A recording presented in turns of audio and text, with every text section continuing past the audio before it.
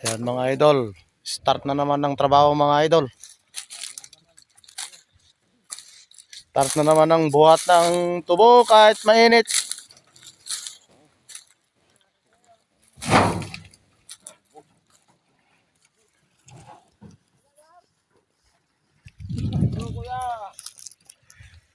Shout out sa gwapong tabasero.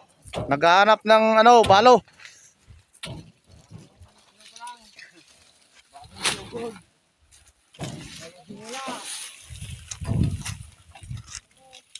Yan, mga sulit yung mga karga nila mga idol.